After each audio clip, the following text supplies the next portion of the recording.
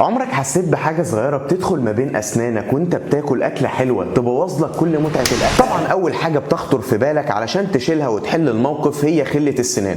خليني أقول لك النهاردة ليه حتة الخشبية دي قادرة إنها تبوظ لك سنانك من غير ما تكون حاسس. أول حاجة بتسببها لك بسبب طبيعتها الحادة إنها بتبدأ تجرح اللثة جروح صغيرة جدا انت ما بتشوفهاش.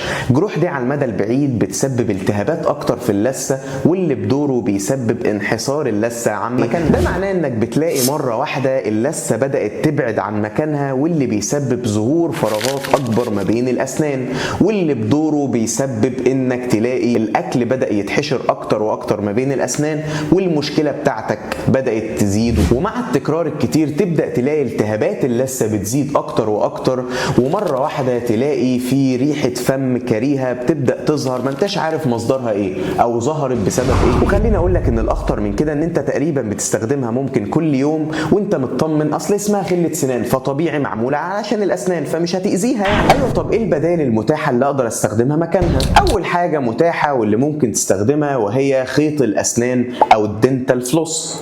تاني حاجة انت ممكن تستخدمها وهي لو عندك المسافات كبيرة شوية ما بين الاسنان، حاجة اسمها فرشة التقويم او الفرشة البينية. تالت حاجة لو انت متريش شوية ومعاك شوية فلوس ممكن تجيبها وهي الووتر فلوسر.